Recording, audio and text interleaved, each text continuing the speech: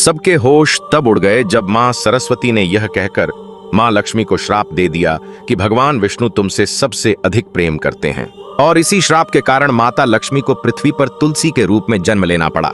कहानी उस समय की है। वैकुंठ लोक में मां सरस्वती, लक्ष्मी और गंगा देवी में बहस हो गई कि तीनों देवियों में से भगवान विष्णु सबसे ज्यादा प्यार किसको करते हैं, क्योंकि सरस्वती ज्ञान, विद्या और कला की देवी थी, लक्ष्मी धन, वैभव और समृद्धि की देवी और गंगा पवित्रता, शांति और शुद्धता की थी। भगवान विष्णु तीनों का समान आदर और सभी से समान प्रेम रखते थे, लेकिन तीनों देवियों के मन में यह प्रश्न उठने लगा कि संसार में सबसे अधिक महत्व किसका है, ज्ञान का, धन का या पवित्रता का। यह विचार धीरे धीरे बहस में बदल गया।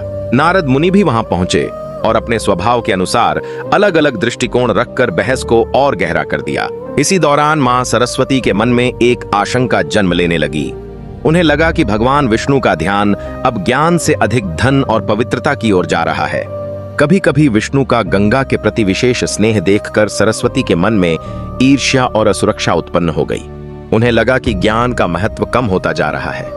जब सरस्वती ने इस विषय पर मां लक्ष्मी से समर्थन चाहा तो लक्ष्मी ने किसी का पक्ष नहीं लिया और शांत रहने का प्रयास किया, लेकिन यही शांत रहना ही मां सरस्वती को धोखे जैसी लगी। क्रोध और भावनाओं में बहकर उन्होंने लक्ष्मी को श्राप दे दिया कि तुम वैकुंठ छोड़कर पृथ्वी पर पौधा रूप में जन्म लोगी।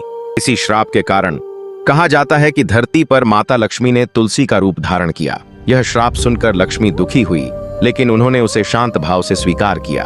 उसी क्षण मां गंगा भी क्रोधित हो उठी और उन्होंने सरस्वती को श्राप दे दिया कि उन्हें भी पृथ्वी पर नदी के रूप में अवतरित होना पड़ेगा तथा मानव उनके जल से पुण्य प्राप्त कर सके।